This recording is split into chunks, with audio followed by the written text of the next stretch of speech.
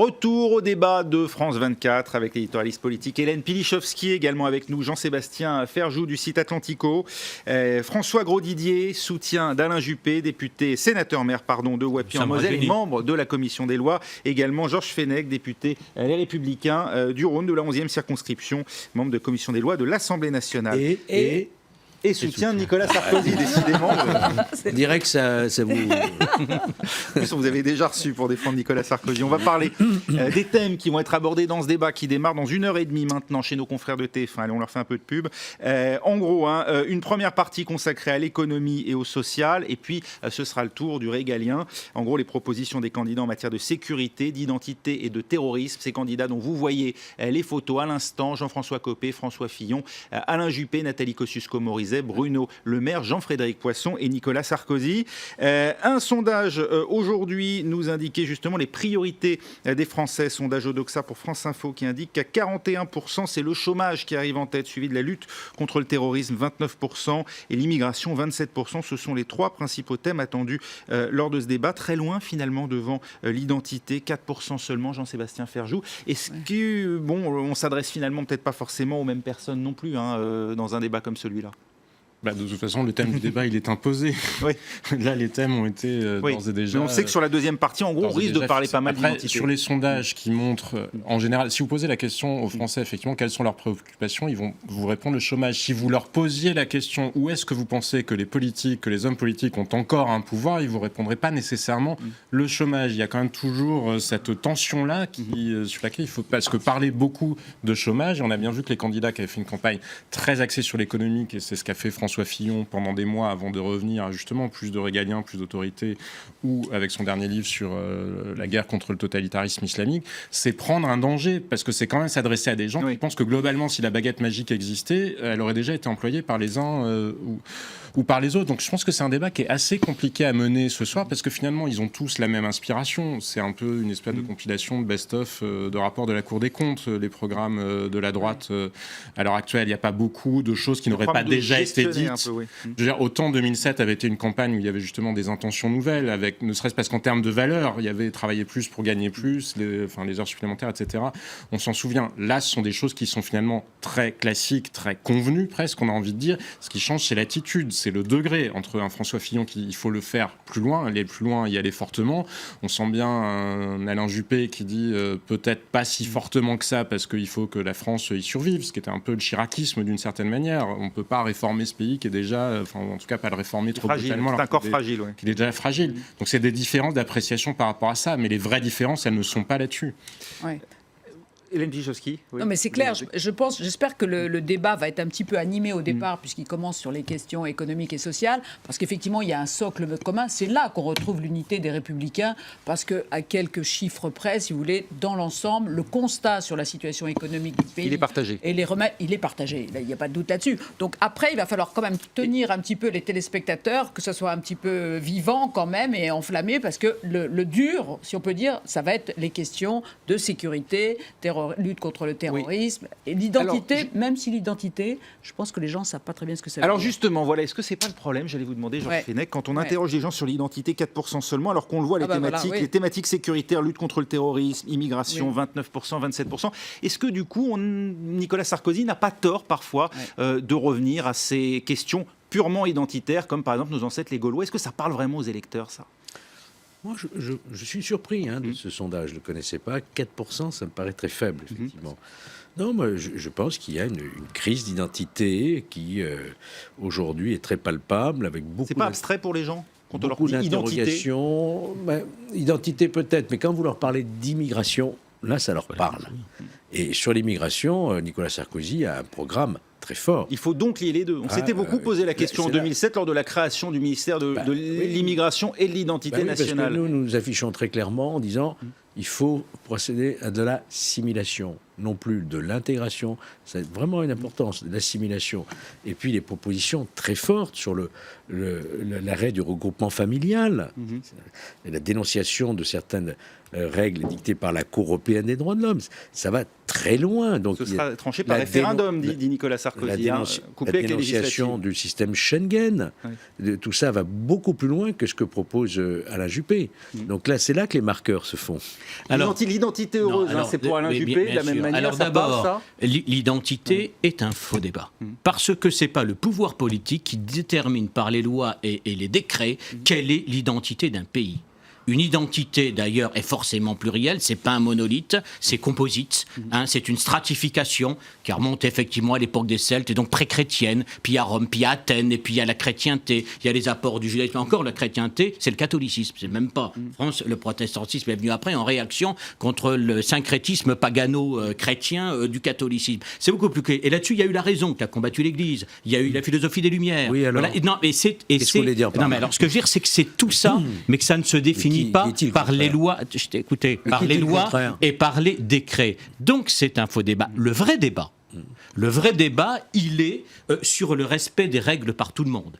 Il est sur, et là on est totalement convergent, sur l'autorité, sur le rôle également, l'autorité qui commence à l'école, l'autorité dans le rôle de la famille, la responsabilité à tous les niveaux, des parents, des enseignants, de tous les acteurs de la vie sociale. C'est ça, effectivement, les débats de fond. Et le problème, attendez, assimilation, intégration, c'est un débat purement sémantique, parce que si dans l'intégration, on met ce qui doit y être, c'est-à-dire que c'est pas l'exigence, comme dans l'assimilation, d'abandonner sa culture d'origine. D'ailleurs, le concept d'assimilation a été refusé en France d'abord par la communauté israélite, qui n'a pas voulu d'assimilation et qui a demandé l'intégration et qui a un modèle de bonne intégration républicaine. Attends, tu as le droit de pas être d'accord. Ah oui. Et pour moi, qui suis d'une région où il y a des Polonais, où il y a des Espagnols, des Italiens qui maintiennent cette culture, sont des bons exemples d'intégration. François Grosdidier, et on ne demande pas d'abandonner les racines. Donc en fait, quand on parle d'assimilation, François Grosdidier, on va essayer de recentrer le débat. Je veux dire, c'est la même chose. Si c'est le respect.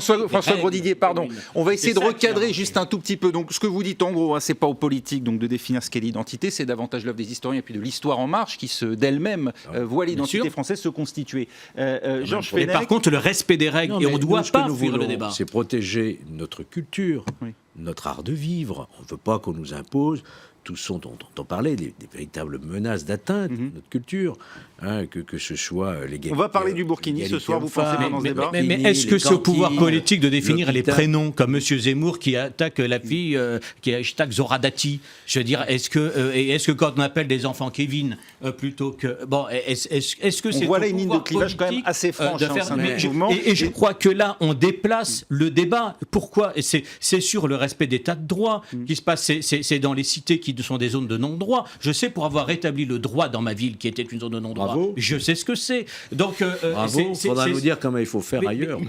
Je pourrais, oui, bien sûr. On le sait, toi et moi, on le sait. On le sait, et c'est ce qu'il faut qu'on fasse. Et là-dessus, que ce soit le programme de Nicolas Sarkozy, le programme État fort d'Alain Juppé, je veux dire, et celui de François Fillon, il n'y a pas de divergence de fond. La différence qu'on peut avoir, c'est que je ne crois pas que ce soit en opposant les gens les uns aux autres ou en faisant, lorsqu'ils respectent les règles, en se sentant agressés dans leur identité ou leur diversité. Je ne pense pas qu'on appelle la paix sociale comme ça, et mon exemple municipal le démontre. On va avoir, alors peut-être, on espère, au moins 5 millions de personnes ce soir devant les téléviseurs. En tout cas, c'est apparemment l'estimation. Ce qu'aimerait bien, en tout cas, viser TF1 pour avoir fait une bonne soirée, si on se calque notamment sur les résultats du premier débat, je crois, sur la primaire socialiste en 2012. Jean-Sébastien Ferjou, on va peut-être élire le futur. Peut-être qu'on assiste au premier réel débat présidentiel qui verra évoluer sous nos yeux, sans doute, le futur président de la République. Est-ce que ça ne pose pas un problème de voir que 3 millions de votants potentiels, c'est ce qu'on espère à la primaire, se prononcent pour 30 millions d'électeurs français ? Ah mais si, la primaire est un système incroyablement toxique. On est en train de rétablir la démocratie censitaire et le président qui sera élu, vraisemblablement quel qu'il soit, peu importe que ce soit Alain Juppé, Nicolas Sarkozy ou un autre, le sera avec un socle qui n'aura quasiment aucune légitimité et ce sera un président de l'impuissance. Le prochain quinquennat est d'ores et déjà quasiment loupé. Parce que là, même si couplé à des référendums comme le sondage dont on parlait aujourd'hui, on voit que c'est une sociologie très particulière qui va se déplacer pour aller voter à la primaire. Globalement, ça va plutôt être des seniors ayant des gros revenus. Donc vous verrez ensuite que les autres ne se sentiront pas très engagés par le candidat qui aura été désigné à la primaire, parce qu'il y a une réalité qu'on refuse de regarder, c'est qu'il y a 2 moments dans la vie politique française où les électeurs se mobilisent. Il y a les municipales, parce qu'ils comprennent ce qu'un maire fait pour eux, et il y a la présidentielle. Et ça reste l'élu le plus populaire, le maire. De voler aux pauvres, entre guillemets, leur élection. Alors, dans un monde idéal, on pourrait considérer que tout le monde va voter à la primaire, mais nous ne vivons pas dans un monde idéal, et au-delà de ça, on peut se demander, dans ce cas-là, on n'a qu'à changer d'institution. C'est déjà vrai pour le suffrage universel. Tout est CSP ne vote pas. Mais là, on recrée un suffrage censitaire. Je suis d'accord avec vous, mais enfin, là, quand même, on aurait un président... Il vaut mieux 3 millions d'électeurs que 300 000 pour désigner. Et puis, ça n'empêche pas des candidats hors primaire. Il y aura Macron, il y aura Mélenchon, Dupont-Aignan. Ça n'est jamais qu'un pis-aller, parce que les partis sont incapables de fonctionner correctement, et parce que le Front National congèle un tiers. Georges Fenech et ensuite Hélène Plichowski. Georges Fenech. La question aussi d'aujourd'hui, c'est le niveau du Front National. Et que si on veut avoir une vraie chance de se qualifier pour le second tour, parce que tout le monde nous le dit, que le Front National, il vaut mieux avoir un candidat désigné à l'avance plutôt que d'éparpiller les voix.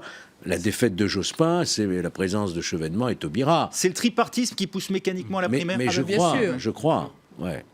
Non, mais c'est vrai. Moi, j'ai tendance à penser aussi que quelque part, la primaire a un petit peu modifié, et pas dans le bon sens, elle a un petit peu enlevé, si vous voulez, la force de l'élection présidentielle. Elle vole quelque chose. Parce qu'en fait, regardez les candidats qui vont être éliminés maintenant. Ils vont disparaître. Ils vont soutenir celui qui aura gagné la primaire, mais ils vont quand même disparaître du jeu politique pour l'élection 6 mois à l'avance. Alors peut-être que quelqu'un comme Bruno Le Maire, il aurait peut-être eu envie, lui, d'aller à la rencontre du peuple français, parce que c'est ça l'esprit de la Ve République, de l'élection du président au hors parti, alors. Oui. Et la primaire, elle avait lieu avant, au premier tour de l'élection présidentielle. C'est vrai que l'expérience de 2002 fait que maintenant, l'avènement du tripartisme et la probabilité de voir Marine Le Pen arriver au second tour a changé la donne. Donc il vaut mieux avoir un candidat qui soit fort, effectivement, et qui n'ait pas une multitude de rivaux. François Hollande a gagné la primaire socialiste. Il n'a pas été un président fort, justement, parce qu'on voit bien que ça crée des divisions, que derrière, ça congèle un peu des rapports de force. Les partis ne jouent plus leur rôle. Mais il aurait été désigné par le Parti socialiste, c'était pareil pour Hollande. Donc c'était pareil. Donc, et puis avant, quand vous aviez le candidat de l'UDF ou soutenu par la démocratie française ne fonctionne ou le candidat plus, ou en tout cas très mal, le candidat du RPR, il y a toujours cette présélection par les partis politiques et depuis tout le temps. Oui, mais là, le vote a changé. Et depuis tout le temps, celui qui n'avait pas le soutien d'un grand parti n'était pas la distance. Monsieur Grosdidier, pardon, mais regardez le débat de ce soir. Est-ce que sérieusement quelqu'un peut considérer que la vision de la France sur la fiscalité, ça va jouer en 2 minutes? C'est absurde. On se dit qu'on se réjouit ce soir qu'on va parler d'idées, mais non, c'est parfaitement faux. Les primaires renforcent le côté concours de beauté, et on le voit bien dans tous les sondages, puisque finalement, c'est la personnalité qui se dégage. Et c'est pas un élément absurde. L'émission de Karine Le Marchand a très bien marché de ce point de vue-là. Pas parce que la politique ne marche plus, mais parce que les gens cherchent. On ne peut pas vous laisser parler de concours de beauté ce soir, avec l'état dans lequel se trouve la France. Attendez. Non, on ne peut pas réduire. Je ne dis pas que ça devrait être ça. Je vous dis que pour un certain nombre de Français, ça ressemble à ça. Georges Fenech, est-ce qu'en permettant finalement à des personnalités politiques de calibre divers de pouvoir se compter auprès des Français au jeu de leur propre électorat, on ne crée pas demain les monstres politiques qui ont été Arnaud Montebourg, qui se permet de dire à un Premier ministre « tu nous emmerdes avec ton aéroport », par exemple, fort de sa légitimité de 17% à une primaire? On est dans un régime présidentiel, semi-présidentiel. C'est le président de la République qui impulse une politique.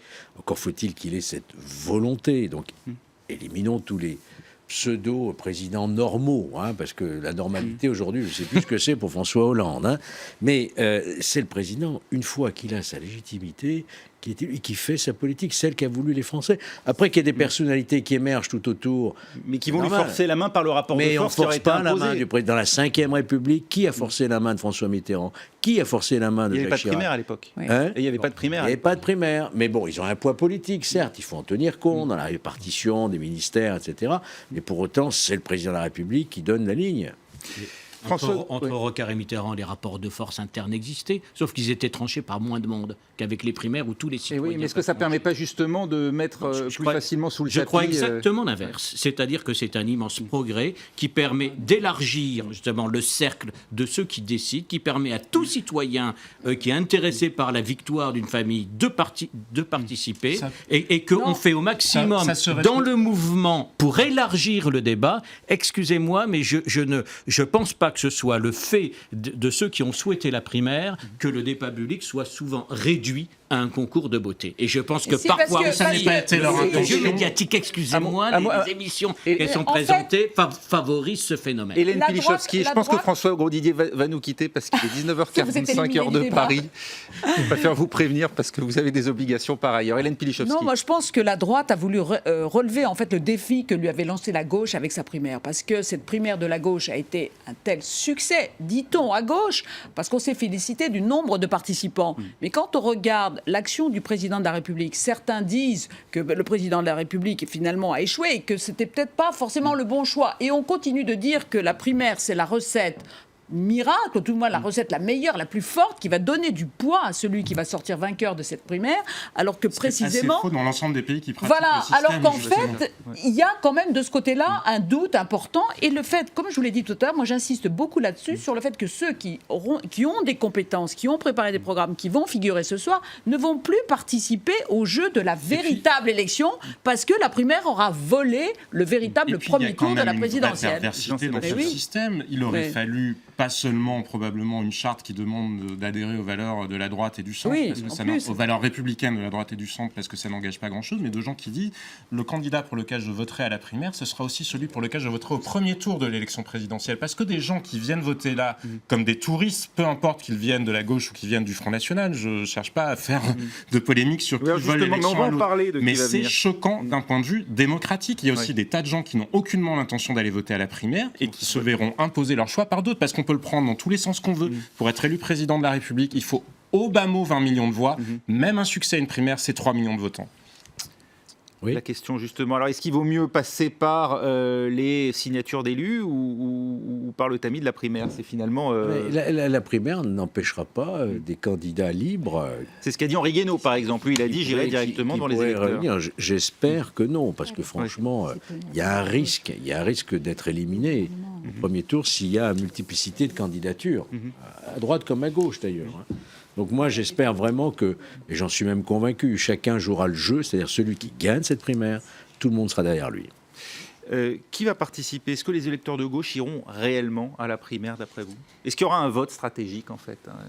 Voire même pas que stratégique, parce que peut-être qu'ils s'apprêtent à voter réellement Alain Juppé à la présidentielle. Je crois pas stratégique. Les électeurs sont beaucoup moins tordus, en quelque sorte, que les éditorialistes politiques qui cherchent à savoir. Je pense que s'il y a des électeurs socialistes et des électeurs du Front National qui vont voter à cette primaire, ils iront voter pour le candidat qui a leur préférence, pas pour celui dont ils imagineraient qu'il favoriserait leur vrai candidat, candidat à l'arrivée. Mais ça sera, je pense, relativement limité. Oui. Vraiment, s'il y a quelques socialistes encore qui nous écoutent ce soir, je leur demande de rester chez eux. D'ailleurs, François Hollande l'a fait aussi. C'est vraiment le respect de la démocratie. C'est notre candidat du centre et de la droite. Vous dites la même chose aux électeurs du Front National. Eux auront leur primaire. Vous dites aussi aux électeurs du Front National de rester chez eux. Pour moi, le Front National, c'est différent. Voilà, je pense qu'il y a beaucoup de gens qui s'égarent au Front National et qui pourraient se ressaisir. Vous ne voulez pas convaincre les électeurs déçus de François Hollande. En revanche, ceux de Marine Le Pen, oui. Mais un bon critère de sélection, je ne dis pas les électeurs de Marine Le Pen, je dis les électeurs de droite qui appartiennent à notre famille, qui s'égarent aujourd'hui. Il faut absolument qu'ils reviennent dans leur famille d'origine. Jean-Sébastien Ferjou. Oui, mais je reviens sur ce que je disais. Le vrai critère serait que quelqu'un qui vient voter à la primaire, derrière, s'engage à voter pour le candidat qu'il a choisi au premier tour de l'élection. Alors que là, il signe une charte des valeurs. Oui. Non, mais c'est plus engageant, puisqu'il y a quand même la notion de l'honneur. Après, on n'ira jamais vérifier. Il y aura toujours des gens... Non, tout ça, c'est des hypothèses totalement théorique. Ce qu'il faut, c'est que chacun... C'est pas si théorique que ça, parce qu'il y a quelque chose qui a changé par rapport à la dernière primaire de la gauche, c'est qu'à l'heure actuelle, beaucoup d'électeurs de gauche considèrent que de toute façon, la présidentielle est perdue pour eux. Et que donc, ils veulent choisir le candidat qui est le moins pire pour eux. Mais ça n'empêche pas que le candidat qui sera élu, il gouvernera avec une majorité qui, elle, sera de son camp, donc vraisemblablement de droite. et qui devra composer avec ces gens qui l'ont soutenu et qui ne sont pas ses soutiens premiers. C'est sûr que maintenant, il y a un précédent, c'est celui de 2012, ce qui n'existait pas en 2012, parce qu'il n'y avait pas de précédent du tout. Et puis là, la différence aussi, c'est qu'on risque d'avoir un second tour droite Front National qui risque de créer aussi peut-être des obligations ou faire du candidat de droite un candidat redevable à l'égard d'une partie de ceux qui l'ont élu, oui, non, mais notamment ça, la gauche. C'est certain, mais attendons le score qui sortira du premier tour de la présidentielle, si vous voulez. Je pense que c'est très parisien, cette interprétation qui consiste à dire que les électeurs de gauche vont se déplacer pour aller voter à la primaire de la droite. Vous savez, en province, si vous avez des gens qui appartiennent à un parti ou qui sont estampillés à gauche dans le milieu politique qu'ils fréquentent ou parmi les gens qui fréquentent dans leur ville, et on va les voir se déplacer pour aller voter à la primaire de la droite, je ne pense pas qu'il y en aura beaucoup qui vont s'amuser à ce jeu-là. Les sondages estiment à moins de 10%. C'est quand même un geste sur le plan de l'honnêteté politique, si vous voulez, qui n'est pas absolument fameux et glorieux, si vous voulez, de la part de ceux qui vont s'y prêter. Ils sont connus. En province, c'est différent. Moi, je suis dans ma circonscription, on les connaît. Si jamais ils se pointent dans nos bureaux de vote, ils ne vont pas être reçus avec un grand sourire. D'avoir envie de changer. Je pense pas. Je pense que vous avez raison. Oui. Un mot très rapide de Georges Fenech. En 2012, on avait vu tous les candidats battus du premier tour rallier celui arrivé en tête, c'est-à-dire François Hollande, au nom de la dynamique et de faire en sorte que leur candidat soit le mieux placé pour la présidentielle. Pensez-vous que les candidats doivent faire de même cette fois-ci derrière le candidat qui arrive en tête du premier tour? Mais je n'imagine pas une seconde le contraire. Tous ceux qui sont présents, nos 7 candidats qui ont été sélectionnés. Je ne parle pas du deuxième, dès le premier tour. Hein. Dès le premier tour, il faut qu'ils se mettent tous derrière. Derrière le candidat, évidemment. Les motivations. Je pense que dans un rapport de force 45-55, la question ne se pose absolument pas. À 49,5, 50,5, pour peu qu'il y ait eu justement que les sondages sortis des urnes nous disent qu'il y a 10% de gens qui sont venus d'un camp différent, ou etc., je pense que la tentation existera. Alors on verra ça. Restez avec nous tout de suite, c'est l'actualité du net, un œil sur les médias.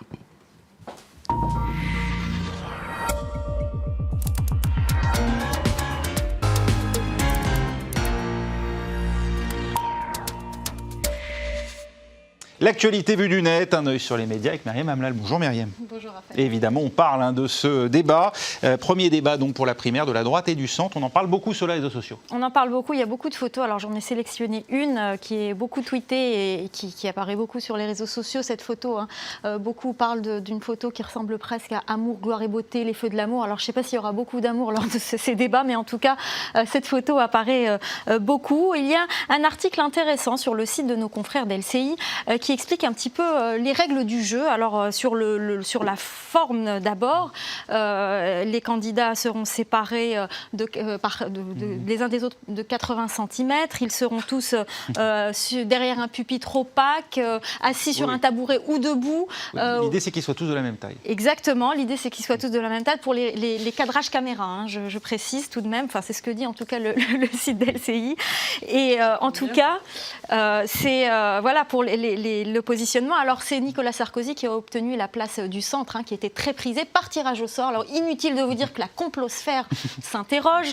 En tout cas, c'est un tirage au sort aussi pour qui prendra la parole en premier, en second, etc.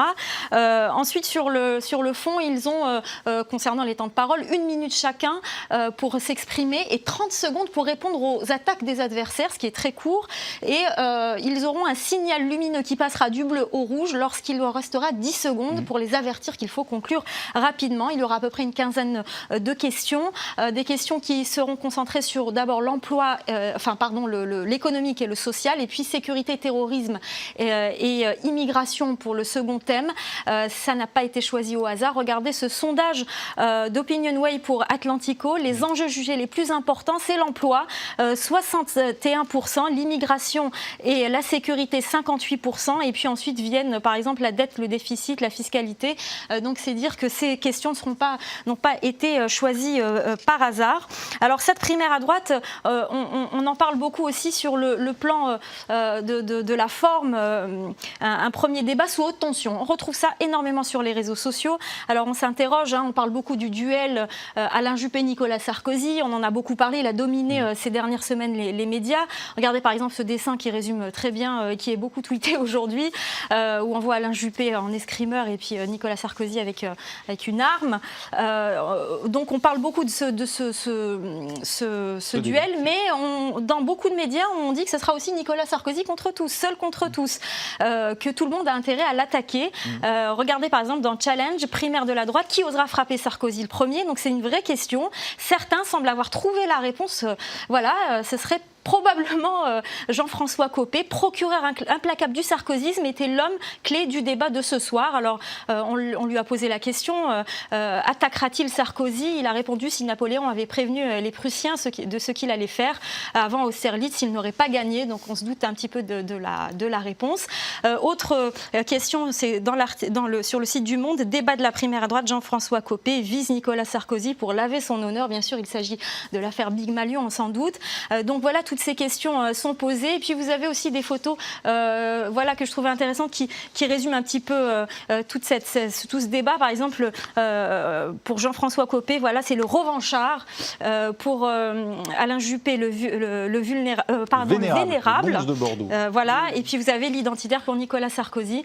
Donc, autre question, et j'entendais tout à l'heure, vous l'évoquiez, les sympathisants de gauche qui vont aussi s'intéresser à cette primaire. C'est une question qui est beaucoup évoquée sur les réseaux sociaux et surtout pas seulement ceux qui vont regarder le débat mais ceux qui vont se déplacer pour aller voter et vous avez ce dessin qui est beaucoup tweeté, très humoristique, primaire de droite, tout le monde peut voter, vous avez Mouammar Kadhafi qui sort de sa tombe et qui veut lui aussi s'exprimer, c'est un dessin qu'on retrouve. Pas encore voté les morts en tout cas. Pour l'instant. Merci beaucoup Myriam, merci également à nos invités, merci à tous d'avoir été avec nous, Hélène Pilichowski, Jean-Sébastien Ferjou et Georges Fenech, et puis entre-temps François Grosdidier, vous l'avez vu, qui nous a quittés. Restez avec nous tout de suite, un nouveau journal dans un instant.